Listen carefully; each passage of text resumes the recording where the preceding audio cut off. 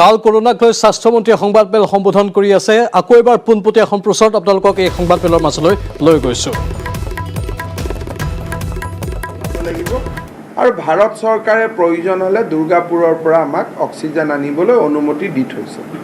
সেইকাৰণে মই অসমৰ জনগণক এইটো আশ্বস্ত কৰিব খোজো যে অক্সিজেনতো আজি আমাৰ দিনত আমাৰ নাটনি নাই। অন্তত অহা 10 দিনলৈকে 15 দিনলৈকে আমি নাটনিটো অনুভৱ নকৰোঁ। প্লান ক'বনে মেট্ৰিক টন ক'ব, দুটাৰ পাৰ্থক্য আছে। যদি প্লান্ট হিচাপত চায় তেতিয়াহ'লে প্ৰিমিয়াৰ, মেঘালয়া, নৰ্থ ইষ্ট যিটো বঙাইগাঁৱৰ নাম, ডিমাপুৰ, 4টা প্লান্ট য'ত প্ৰডিউচ হয়।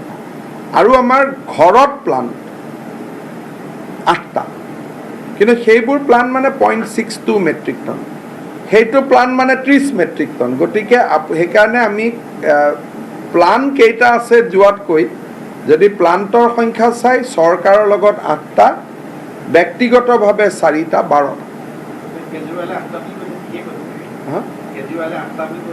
8টা মানে অসমত 8-4 আমি ক'লোঁ নে 12টা? অঁ, আমিতো 8ই কৈছোঁ, আমিতো 9 কোৱা নাই। চৰকাৰৰ ভিতৰত আমাৰ 8টা আছে আৰু অহা 29 তাৰিখ 30 তাৰিখৰ ভিতৰত আমাৰ আৰু 3টা হৈ যাব আমাৰ নিজৰ। এইকেইটা ঘৰুৱা প্লেণ্ট, যাক ইন হাউচ কয়, যে মেডিকেল কলেজত GMCত 3টা প্লেণ্ট আছে। সেই 3টা প্লেণ্টে অকল GMCকে দিব, বাহিৰত নোৱাৰে। সেইকাৰণে আজি আমাৰ এই প্ৰচেষ্টা, ভূটানৰ প্ৰচেষ্টা, ডিগবৈৰ প্ৰচেষ্টা, ডিমাপুৰত যোৱা, বঙাইগাঁৱত যোৱা, এই গোটেই কথাবোৰ যি আমাৰ নলেজত নাছিলে, আজিৰ দিনত আমাৰ হাতত 40 MT চাৰপ্লাছ অক্সিজেন আছে।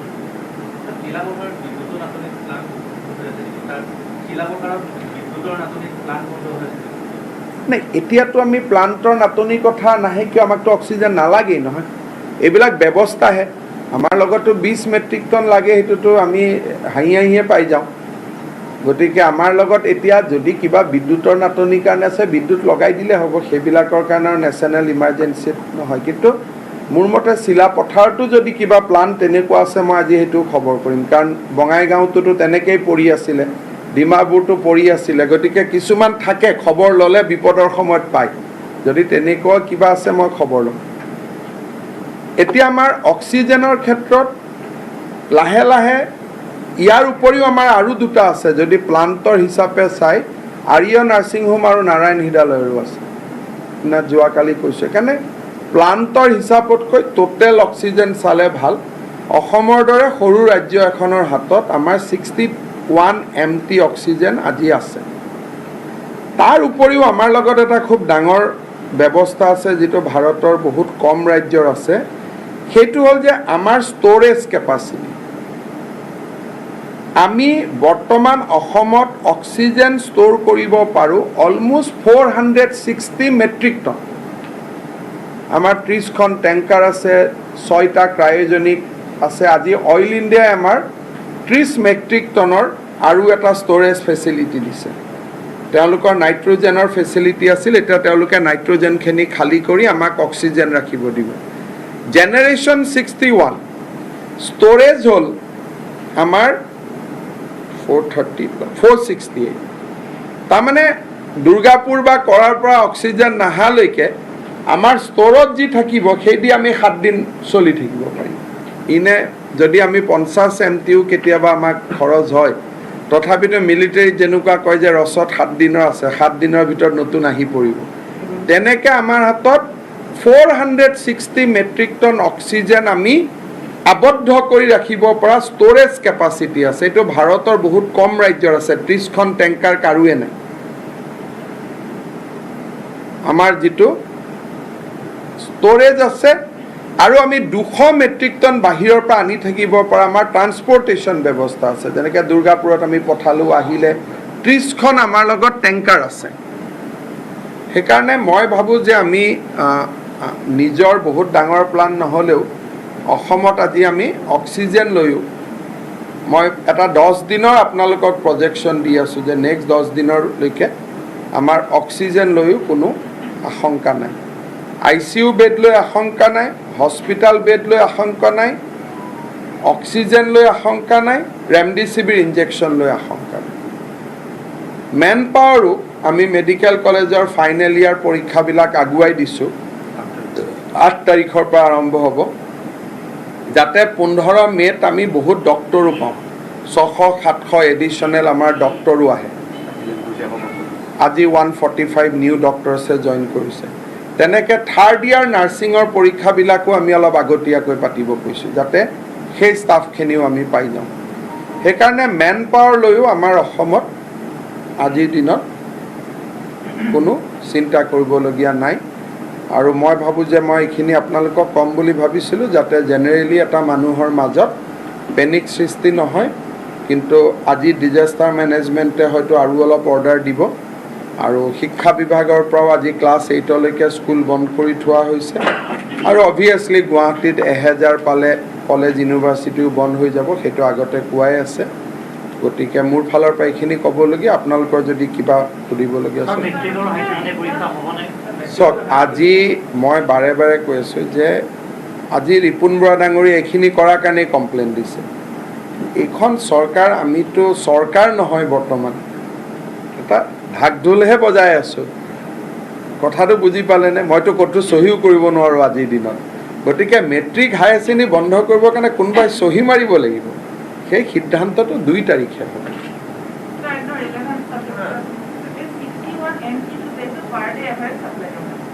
সদায় আমি যেতিয়া বেছি হৈ গৈছে প্ৰডাকশ্যন, সেইকাৰণে টেংকাৰবিলাকত ভৰাই ভৰাই ৰাখিছোঁ।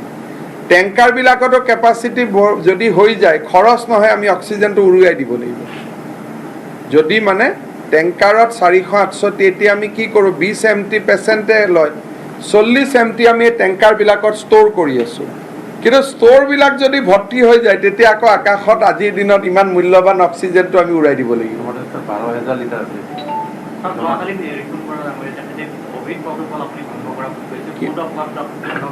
কি কোড অফ কণ্ডাক্ট মই ভংগ কৰিলোঁ? সেইখিনি মই নকৰিলোঁ।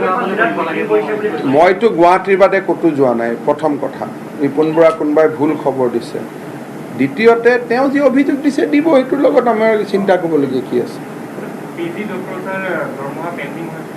দিব, দৰমহা পেণ্ডিং আছে। এইবিলাক হৈছে আমি ক'ভিডৰ কথা আলোচনা কৰোঁতে শাক পাচলিৰ কথা আলোচনা কৰি কি লাভ আছে? দৰমহা বন্ধ হৈ আছে, থাকিব, পাব। চৰকাৰৰ দৰমহা 2 মাহ একেলগে পাব, ক'ত যাব? এইবিলাক কোনো ইছ্যু নহয়। এইবিলাক হৈছে কিছুমান মানুহে ক'ভিডৰ আলোচনা কৰোঁতে লাহেকৈ পেপাৰত সেইবিলাক উলিয়াই দিয়ে। আৰে চৰকাৰৰ দৰমহা কি? ময়ে যোৱা 2 মাহৰ দৰমহা পোৱা নাই। কোনোবা চুইপাৰেও কেতিয়াবা 3 মাহৰ দৰমহা নাপায়, পাই যাব। সেইকাৰণে কোনো মেডিকেলত কোনো ডাক্তৰে আমাৰ ডিউটি নকৰাকৈ নাথাকে। 1 বছৰ দৰমহা নাপালেও ডাক্তৰে মই হেল্থ মিনিষ্টাৰ থকালৈকে যেনেকৈ ডিউটি কৰিব লাগে তেনেকেই কৰিম, তাত কোনো প্ৰব্লেম নাই। সেইখিনি মৰমৰ সম্পৰ্ক আছে। গতিকে এইবিলাক পাব্লিক ইণ্টাৰেষ্ট হ'ব নোৱাৰে। ৰাইজে চিন্তা কৰিবলগীয়া এইবিলাকত কোনো কাৰণ নাই। হা?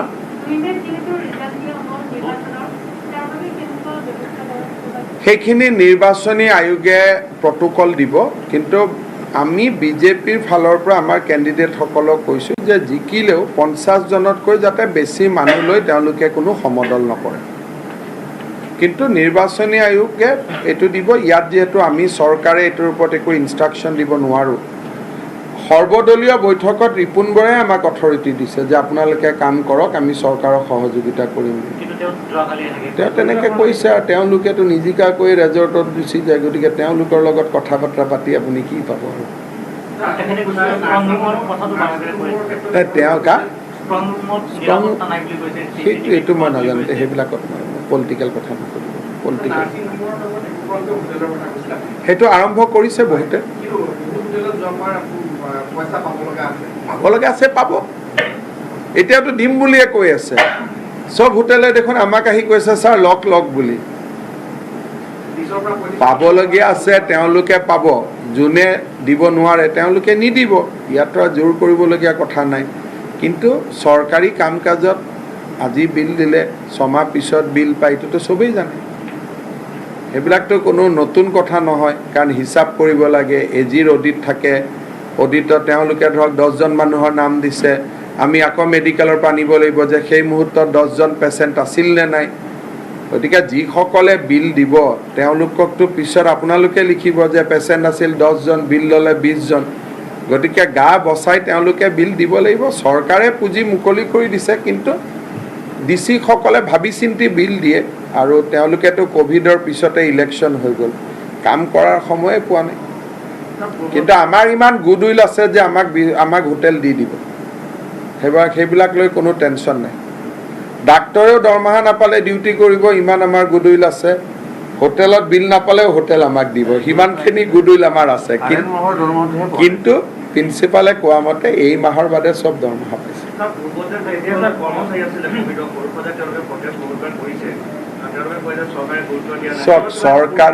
চৰকাৰে গুৰুত্ব দিবৰ কাৰণে চৰকাৰ এখন বহিব লাগিব না। আমিতো চৰকাৰ হিচাপেতো বহাই নিৰ্বাচনৰ আগতো তেওঁলোকে কৰিছিলে, কিন্তু সকলো মানুহে ক'ভিডত যাক আমি চৰকাৰে খটাইছোঁ তেওঁলোকক আমি কিবা ব্যৱস্থা কৰিব লাগিব। কিন্তু যিসকলক দৰমহাটোৰ বিনিময়ত অনা হৈছিল যে 3 মাহে তোমালোকে কাম কৰিবা, 16,000কৈ দৰমহা দিছিলে, 3 মাহ কাম কৰিছিলে, 3 মাহ ক'ভিড শেষ হ'ল। এতিয়া ক'ভিড শেষ হোৱাৰ পিছত মানুহখিনিক আমি ক'ত লগাই ৰাখিম? আজি যে আমি ধৰক 10,000 মানুহ আমি ধাৰত ল'লোঁ ক'ভিডৰ কাৰণে, ক'ভিড চেজ হৈ গ'ল। এই 10,000 মানুহক পোষ্ট নাথাকিলে চৰকাৰে ক'ৰ পৰা সংস্থাপন দিব? গতিকে তেওঁলোকক আমি কোনো পৰ্যায়তে কোৱা নাই। সেইকাৰণে এইবাৰ আমি ল'বও খোজা নাই বাহিৰৰ মানুহ, আমাৰ ভিতৰৰ মানুহ দি আমি চলাম।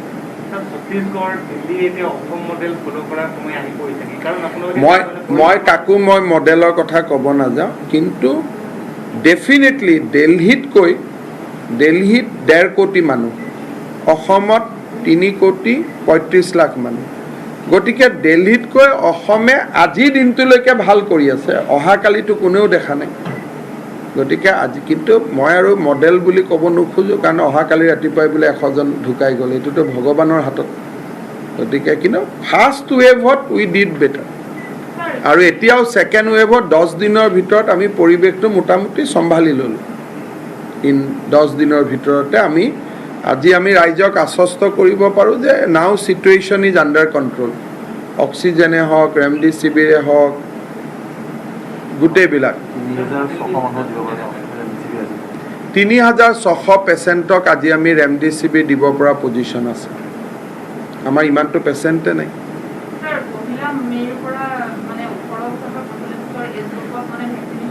সেইটো হ'ল ভেকচিনৰ ঘোষণা, কিন্তু আমি ছেৰাম আৰু ভাৰত বায়'টেকক ভেকচিনৰ অৰ্ডাৰ দি দিছোঁ। তেওঁলোকে ভেকচিন দিলেহে 1 মে'ৰ পৰা হ'ব। গতিকে সেই বিষয়ে আজি ভাৰত চৰকাৰে এখন নীতি নিৰ্দেশ দিছে যে যি ৰাজ্যত ক'ভিড বেছি, যি জিলাত ক'ভিড বেছি, তাৰ ওপৰত তেওঁলোকে সূচাংক উলিয়াই প্ৰতিখন ষ্টেটকে কিমান দিব লাগে কোম্পেনীসকলক ক'ব। গতিকে আৰু অসমত যিহেতু 2 তাৰিখে ইলেকশ্যন ৰিজাল্ট দিব, 4 তাৰিখলৈকে পে'মেণ্টটো কৰিব লাগিব, এই প্ৰচেছবিলাক থকাৰ কাৰণে মই প্ৰথম সপ্তাহত 18 পৰা 45লৈকে ভেকচিনেশ্যন যে হ'ব মই নাভাবোঁ, কিন্তু পৰ্টেলত ৰেজিষ্ট্ৰেশ্যনবিলাক আৰম্ভ হৈ যাব।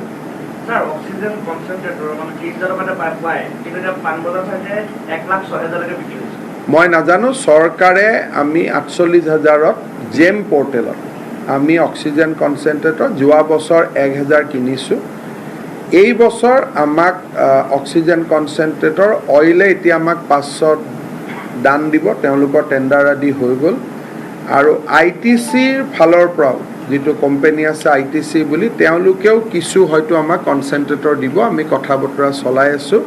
গতিকে অসমত অক্সিজেন কনচেণ্ট্ৰেটৰ পৰিৱেশ সন্তোষজনক, কিন্তু পাব্লিকৰ দোকানত কি ক'ত দিছে মই সেইবোৰ তেওঁলোকে মই ভাবোঁ যে এইটো পেনিক বাইং বুলি কয়। অসমত যিহেতু চৰকাৰৰ মাজতেই অক্সিজেন আছে, ঘৰত কিয় অক্সিজেন কিনিব লাগে?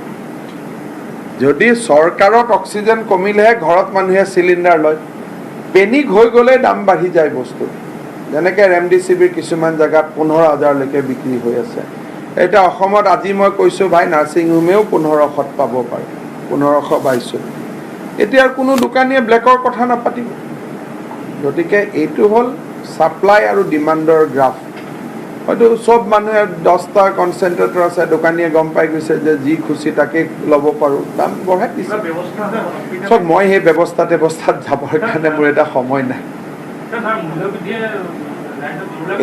এতিয়া এইবিলাক বাদ দিয়ক, 7 দিন পিছত যেতিয়া অসমত নতুন চৰকাৰ আহিব তেখেতক সুধিব। আমিতো এতিয়া বেলেগৰ হৈ ফিল্ডিং 12 মেন টাই ফিল্ডিংহে কৰি আছোঁ। মন্ত্ৰী মহোদয়, আপোনালোকৰ পৰা 1500 টকাত কিনিব ব্যক্তিগত খণ্ডৰ চিকিৎসালয়, আপোনালোকে কিবা দাম ধাৰ্য কৰিব নেকি? নহয়, সিমানতে দিব লাগিব। সেইকাৰণে আমি পেচেণ্টজনৰ হাতত তুলি দিম। আমি এটেণ্ডেণ্টৰ হাতত তুলি দিম 1562 লৈ পেলাই। আমি আৰু নাৰ্ছিং হোমখনক নিদিওঁ। এটেণ্ডেণ্টে ইয়াতে অভিজিৎ শৰ্মাক 1562 হ'ব না, 1568 × 6 কৰি ইয়াতে টকা জমা দিব, তেওঁৰ হাতত তুলি দিম। খালি নাৰ্ছিং হোমৰ মালিকে ক'ব লাগিব যে পেচেণ্টজন আমাৰ ইয়াত থকাটো হয়। গতিকে তেওঁ আৰু সেইটো লৈ ব্যৱসায় কৰিব নোৱাৰে।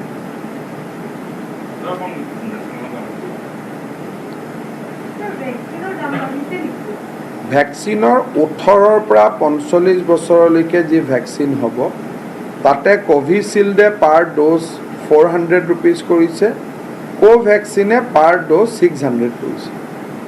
কিন্তু যিটো 45ৰ ওপৰত সেইটো আমি ভাৰত চৰকাৰৰ পৰা ফ্ৰী পাম।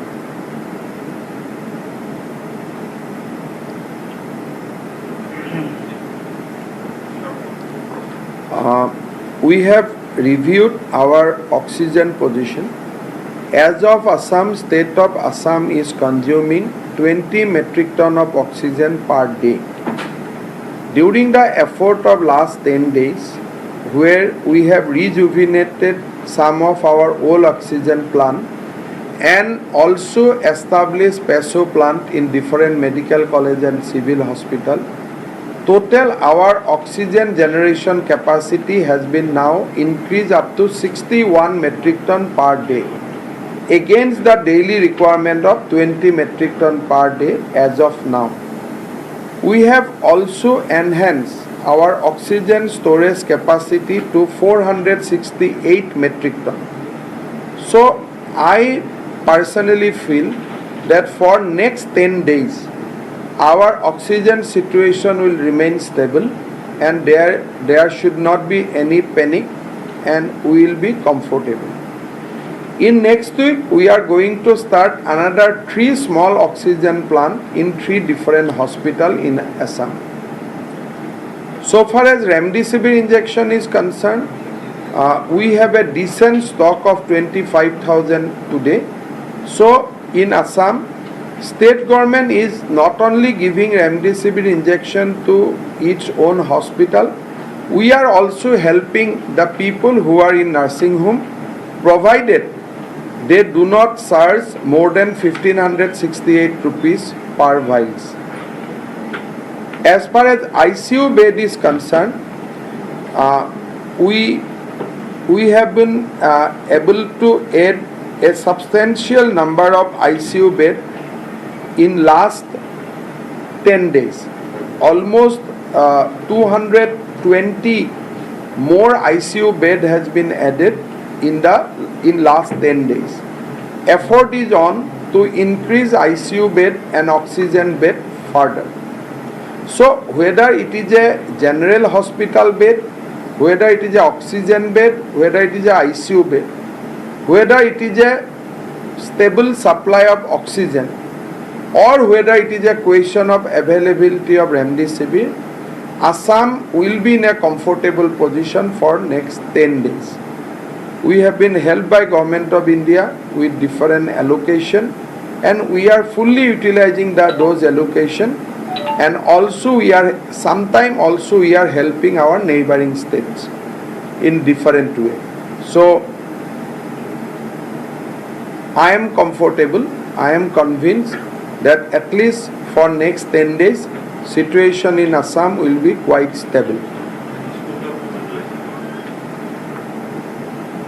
We have issued a notification last week closing down elementary schools up to class 5.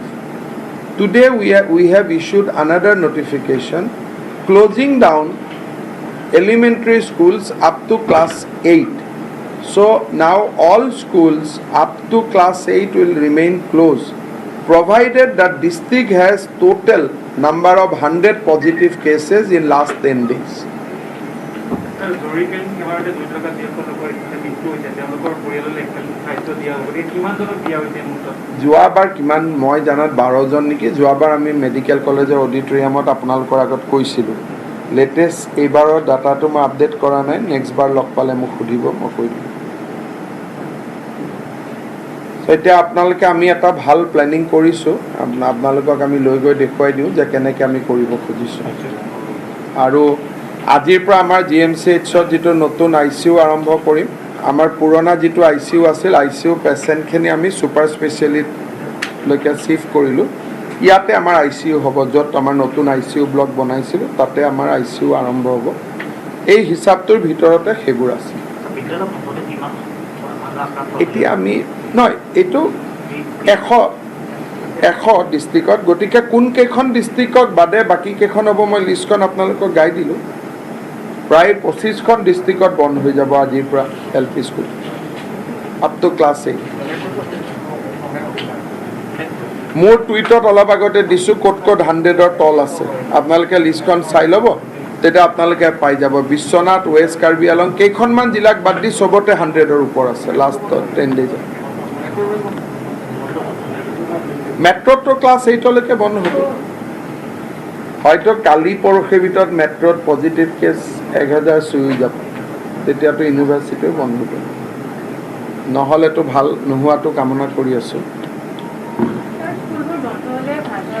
Class 8 লৈকে কিন্তু প্ৰবলেম আছে স্কুল বন্ধ হৈ গলে প্ৰাইভেট স্কুলবিলাকত গাৰ্জেনে ফিজ নিদিয়া হয় তেতিয়া আকৌ প্ৰাইভেট স্কুলৰ শিক্ষকখিনিয়ে তেওঁলোকৰ কাৰণে জীৱিকা নিৰ্বাহ কৰাটো বহুত টান হৈ যায় যোৱাবাৰ প্ৰাইভেট স্কুলৰ শিক্ষকবিলাকে বহুতে ছমাহ দৰমহা পায় সেইকাৰণে এইবাৰ জীৱন আৰু জীৱিকা দুইটা বেলেন্স কৰি আমি চলি আছো লৈছে কিন্তু বহুতে ল'ব পৰা নাই শংকৰদেৱ শিশু নিকেতন এখনেও পইচা ল'ব পৰা নাই গাৰ্জেনৰ পৰা তেনেকে 30 টকা যদি ফিজ দিয়ে এতিয়া 10 টকা লয় ইংলিছ স্কুলখিনিৰ কথাটো বেলেগ গাঁৱে গাঁৱে যিবিলাক সৰু সৰু স্কুল চলায় স্কুল বন্ধ হোৱাৰ পিছত গাৰ্জেনে পইচা নিদিয়ে আৰু নিদিয়াটো উচিত হাইকোৰ্টেও কয় দিব নালাগে ডাঙৰখিনিয়েতো কিবা কিবি কৰি লৈ লয় সৰুখিনিৰ বিপদ হৈ যায় হোষ্টেল বন্ধ হৈ যোৱাৰ লগে লগে পেইং হোষ্টেল চলোৱা মানুহবিলাকৰ বিপদ আহি যাব এতিয়া মই ফাইনেন্সিয়েল পেকেজ এনাউন্স কৰিব নোৱাৰো নহলে কৈ দিলোহেঁতেন যে যাৰ হোষ্টেল চলাই আছে 1 লাখ টকা আমি দিম বন্ধ কৰক সেইখিনি কাম 2ৰ পিছতহে হ'ব কিছুমান কাম 2 লৈকে ৰখিব লাগিব এবাৰ প্ৰাইভেট স্কুল বন্ধ কৰিলো টিচাৰখিনিৰ কাৰণে কিবা এটা কৰিব লাগিব নহলে তেওঁলোক চলিব নোৱাৰিব কিন্তু সেইবিলাকটো আজি মই ঘোষণা কৰিব নোৱাৰো সেইকাৰণে 2 লৈকে অসমত অলপ পৰিৱেশটো আপোনালোকে মোৰ পৰা যিমান শুনিব খুজিব সিমান মই শুনাব নোৱাৰো 2 লৈকে অলপ ৰখি থাকিব লাগিব কিন্তু পৰিৱেশ হলেতো আৰু বন্ধ কৰিবই লাগিব জীৱনটোতো আৰু বচাবই লাগিব বলক মই দেখুৱাই দিছো আপোনালোকে স্বাস্থ্যমন্ত্ৰী হিমন্ত বিশ্ব শৰ্মাৰ সংবাদমেলৰ পোনপটীয়া সম্প্ৰচাৰ আমি দেখুৱালো চিকিৎসালয়ত বিচনা কিমান মজুত আছে কিমান দিনলৈকে অসম চৰকাৰে যুঁজিব পাৰিব সেই সকলোখিনি বিৱৰণী তেওঁ উল্লেখ কৰিছে ৰেমডেছিভিৰ ইনজেকশ্যনৰ কথাও তেওঁ কৈছে লগতে অক্সিজেনৰ কথাও কৈছে এতিয়ালৈকে অসমত অভাৱ একোৰেই হোৱা নাই সেয়েহে পেনিক হ'ব নালাগে আতংকিত হ'ব নালাগে এসপ্তাহলৈকে বিশেষ অসুবিধা নাই বুলি কৈছে লগতে তেওঁ কৈছে যে নিৰ্বাচনী ফলাফল ঘোষণাৰ পাছত নতুন চৰকাৰে বহুকেইটা নতুন সিদ্ধান্ত ল'ব পাৰিব কিন্তু নতুন চৰকাৰ অহালৈকে অপেক্ষাও কৰিব লাগিব SSLC পৰীক্ষাক লৈ 2 মে'ৰ পাছতহে নতুন চৰকাৰে সিদ্ধান্ত ল'ব বুলি উল্লেখ কৰিছে স্বাস্থ্যমন্ত্ৰীগৰাকীয়ে আৰু এতিয়া নতুন ICU মুকলিৰ কথা উল্লেখ কৰা হৈছে আৰু নতুন ICU দেখুৱাবলৈ লৈ গৈছে সাংবাদিকসকলক স্বাস্থ্যমন্ত্ৰীগৰাকীয়ে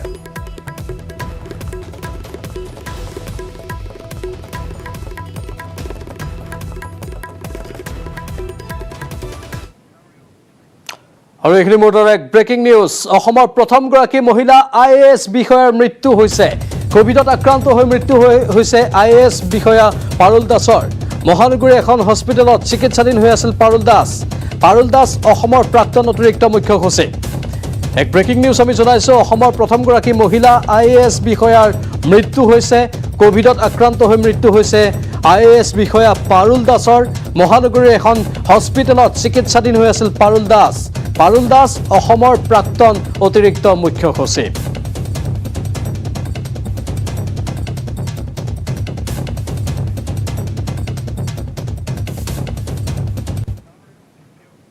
আনফালে JNUৰ অধ্যাপক ডক্টৰ অলোকেশ বৰুৱাৰো মৃত্যু হৈছে। কোভিডত আক্ৰান্ত হৈ মৃত্যু হৈছে ডক্টৰ অলোকেশ বৰুৱাৰ। চিকিৎসাৰ অভাৱতে মৃত্যু হৈছে অধ্যাপক অলোকেশ বৰুৱাৰ। অক্সিজেনৰ সুবিধাও পোৱা নাছিল অধ্যাপকগৰাকীয়ে। বিধানসভাৰ প্ৰাক্তন অধ্যক্ষ পুলকেশ বৰুৱাৰ ভাতৃ ডক্টৰ বৰুৱা। JNUৰ অধ্যাপক ডক্টৰ অলোকেশ বৰুৱাৰ মৃত্যু হৈছে। দেশৰ ৰাজধানী দিল্লীৰ পৰা আহিছে এই খবৰটো। কোভিড আক্ৰান্ত হৈ মৃত্যু হৈছে ডক্টৰ অলোকেশ বৰুৱাৰ। চিকিৎসাৰ অভাৱত মৃত্যু হৈছে অধ্যাপক অলোকেশ বৰুৱাৰ। অক্সিজেনৰ সুবিধাও পোৱা নাছিল অধ্যাপকগৰাকীয়ে।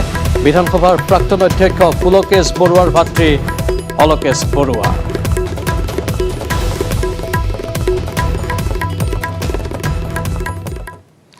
এতিয়া কাল কৰোনাই চানি ধৰিছে ৰাজ্যত কৰোনাত 24 ঘণ্টাত 14 জন লোকৰ মৃত্যু হৈছে। নতুনকৈ কৰোনাত আক্ৰান্ত হৈছে 1844 জন লোক।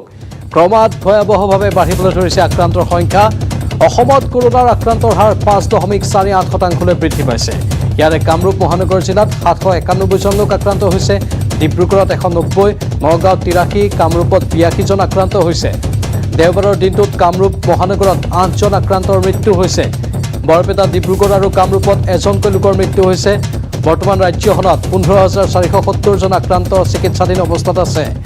মুঠ 33,674 জনৰ কৰা হৈছিল কোভিড পৰীক্ষা।